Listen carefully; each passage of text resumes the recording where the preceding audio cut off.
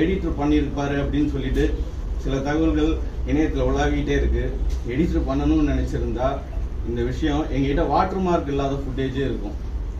Water mark இல்லாத HD print 2K print எங்ககிட்ட இருக்கு. இதே பிரதீப் ராகவ் கிட்ட இருக்கு. அவர் எதுக்கு எடிட் ரெஃபரன்ஸ்னு போட்ட ஒரு விஷயத்த அவர் இணையத்தில் கசிய விட்டு அவர் மாட்டிக்கிட்டு அவர் கேரியர் அவர் லாஸ் பண்ணணும்.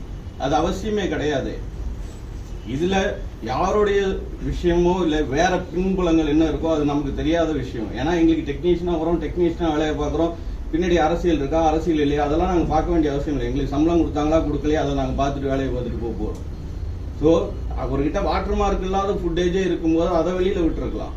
இது வாட்டர் மார்க் இருக்கு, அதுல ஃபார் எடிட் ரெஃபரன்ஸ்னு இருக்கு.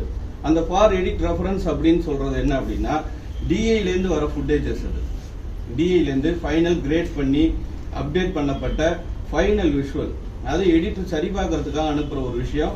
அது இங்கே தான் நாங்கள் எல்லா இடத்துக்கும் அனுப்புவோம். இது எல்லாமே ட்ரஸ்டின் பேரில் தான். இது எல்லாமே கிட்டத்தட்ட இந்த படத்துக்கு பின்னாடி இந்த போஸ்ட் ப்ரொடக்ஷனில் ஒரு 300-400 பேர் வேலை பார்க்குறாங்க. ஒவ்வொருத்தருமே ட்ரஸ்டின் பேரில் தான் வேலை பார்க்குறோம். இந்த கேரியரை யாருமே நாசம் பண்ணிக்கணும் அப்படிங்கிறது வந்து யாருடைய விருப்பமாகவும் இருக்காது. அதுவும் ரெண்டாவது இன்னொரு விஷயம் என்ன அப்படின்னா இங்க இருக்கிற அத்தனை எடிட்டர்ஸ்க்கும் ஒரு உச்ச நடிகரோட படத்துல எடிட்டரா வேலை பார்க்கணும் அப்படிங்கிறது தான் எல்லாருடைய தாட்டாவும் இருக்கும். ஸோ இதுல பணத்தை தாண்டியோ மற்ற விஷயங்களை தாண்டியோ கஷ்டங்களை தாண்டியோ நஷ்டங்களை தாண்டியோ அவங்க கிட்ட இருக்கிற ஒரு ரிலேஷன்ஷிப்பை, எக்ஸாம்பிள் சொன்னா விஜய் சார் கிட்ட இருக்கிற ரிலேஷன்ஷிப்பை எப்படி பிரதீப் ராகவ் வந்து வேணான்னு விருத்தி போயிட்டு வராங்க. அதை செய்ய மாட்டார் இல்லையா? அது படத்தை தாண்டின ஒரு கௌரவம், அது பணத்தை தாண்டின கௌரவம் அது. அதனால அதை யாருமே செய்ய மாட்டாங்க. ஸோ இது எடிட்டர் மேல வந்து ஒட்டுமொத்தமா சில பேர் காரணம் வாங்கிக்கிறது வந்து தவறான ஒரு விஷயம்.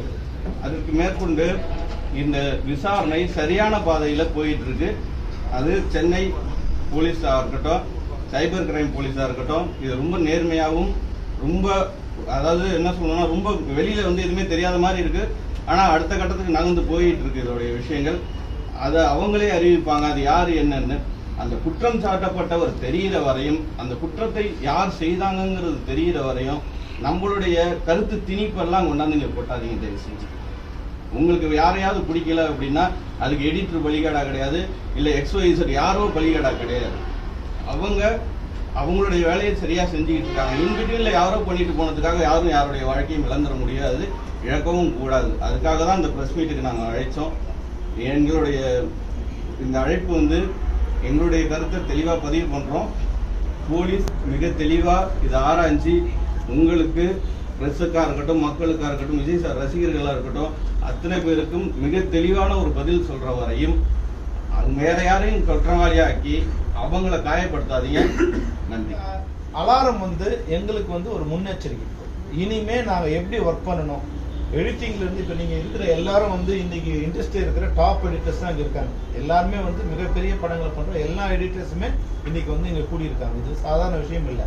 ஏன்னா இப்ப எல்லாருக்குமே ஒரு பயம் வந்துடுச்சு.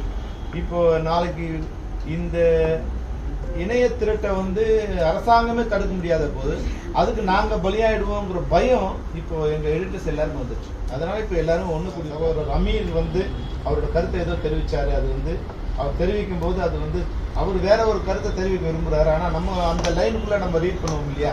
நீங்க அதுக்கு ஒரு வேற ஒரு ஹெட்டிங் கொடுக்கும்போது கொஞ்சம் கொஞ்சமா டைவர்ட் ஆயிட்டு அது வந்து அது பிரதீப் ஏதோ வந்து காரணங்கிற மாதிரி கொஞ்சம் பேர் வந்து இன்னைக்கு வந்து சில யூடியூப்ல வந்து அவர் கார்னெட் பண்ணி அவர் கல்யாணம் ஆகி 6 வருஷம் ஆயிருக்கு. இப்பதான் வந்து அவங்க ஒய்ஃப் கர்ப்பமா இருக்காங்க, அவங்க மன உளைச்சல் இருக்காங்க. போலீஸ் வந்து இது பண்ணுது. போலீஸ் வந்து நீங்க நினைக்கிற மாதிரி இல்லை, மிகச்சரியா அதை வந்து குற்றவாளிகளை நெருங்கிட்டாங்க. அவங்க எந்த விஷயத்தையும் வெளியே யாருக்கும் நாங்கள் பிரதீப் கூட தொடர்பு கொள்ள முடியல. அவங்க அப்பா வந்து சொன்னார், இல்லை சார் போலீஸ் யாரோட வந்து தொடர்பு இருக்கக்கூடாதுன்னு சொல்லிட்டாங்க, எந்த தகவலையும் நாங்கள் பரிமாறக்கூடாதுட்டாங்க. அவங்க சரியான திசையில் அவங்க போய்கிட்டு இருக்காங்க. அதனால வந்து நிச்சயமா எங்களுக்கு தெரிஞ்சு வித்தின் அ வீக் அவர் அதுக்கு முன்னாடி கூட வந்து அந்த குற்றவாளிகள் யாருங்கிறத வந்து போலீஸ் அரெஸ்ட் பண்ணுவாங்க, நிச்சயமா அரெஸ்ட் பண்ணுவாங்க. அதுக்கு முன்னாடி வந்து ஏதோ ஒரு கருத்தை சொல்லும்போது என்ன தனிப்பட்ட முறையில் அவங்க குடும்ப வாழ்க்கை பாதிக்கப்படுது. இன்னைக்கு வந்து அந்த அம்மா வந்து 8 மாத கர்ப்பிணியா இருக்காங்க. அவங்க நேத்துல இருந்து அழுதுட்டே இருக்காங்க. அதுக்கு வந்து நம்ம ஒரு காரணமாக இருக்கக்கூடாது. வந்து அமீருக்கு வந்து ஒரு சின்ன ஒரு ரெக்வஸ்ட்னா கருத்தை நீங்கள் திரும்ப தரணுங்கிறது எடிட்டர்ஸ் யூனியன்லேருந்து எங்களுக்கு வந்து உங்கள் கோரிக்கை கடிதமாக கொடுத்துருக்காங்க. அதனால் நீங்கள் என்ன சொன்ன வந்தீங்கிறது நாங்கள் தெரியாது. ஆனால் நீங்கள் சொன்ன விஷயம் இது மாதிரி வந்து எடுத்தாளப்பட்டிருக்கு. அதனால ஒரு பெரிய மனது பண்ணி நீங்க வந்து உங்க கருத்தை வந்து ரிவர்ஸ் பண்ணுங்க. அது எழுத்துக்கு எந்த விதத்துலையும் காரணம் இல்லை. கோபி சொன்ன மாதிரி நான் என்னோட விசிட்டிங் கார்டை போட்டு திருடணுங்கிற அவசியம் இருக்கா? ஒரு பேங்க்ல போய் திருட போறோம், என்னோட விசிட்டிங் கார்டை போட்டா திருடுவாங்க. அது மாதிரி வந்து ஒருத்தர் அது மாதிரி தப்பு பண்ணணும்னு நினைச்சா எடிட் ரெஃபரன்ஸ் நான் போட போறோம். இன்னைக்கு இருக்க டெக்னாலஜிக்கல வந்து செலமணி ரெஃபரன்ஸ் போடலாம், இல்ல ட்ரம்ப் ரெஃபரன்ஸே போட்டு கூட நம்ம ஒரு அனுப்பலாம்.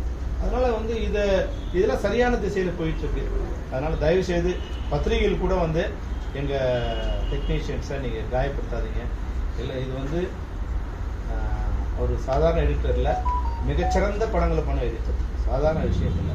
இதுக்கு உயிரை கொடுத்து ஏறக்குறைய 1.5 வருஷமா வந்து ஒரு 50 லட்சம் செகண்ட்ஸ் அதில் இருக்கு. அவ்வளோ ஒர்க் அவங்க பண்ணியிருக்காங்க, டே அண்ட் நைட் உட்காந்து பண்ணியிருக்காங்க. இது கூட வந்து அதை கரெக்ட் பண்ணணும்னு நினைக்கிறாங்க. ஈவன் பாருங்க 9ஆம் ரிலீஸு 14ஆம் தேதி வரைக்கும் வேலை ஒர்க் பண்ணிட்டாங்க. அப்போது அந்த ரிலீஸ் வரைக்கும் அவங்க ஏதோ ஒன்று சரி பண்ணணும்னு அதுக்காக ஃபுல் டைம் ஒர்க் பண்ணிட்டு இருக்கும்போது அவங்களை காயப்படுத்துகிற மாதிரியான விஷயங்களாக இருக்கக்கூடாதுங்கிறது தான் எல்லாருக்குமே வேண்டுகோள். சரியான குற்றவாளியை விரைவில் வந்து தமிழ்நாடு அரசோ சைபர் கிரைம் வந்து நிச்சயமாக வந்து அரெஸ்ட் பண்ணுவாங்க.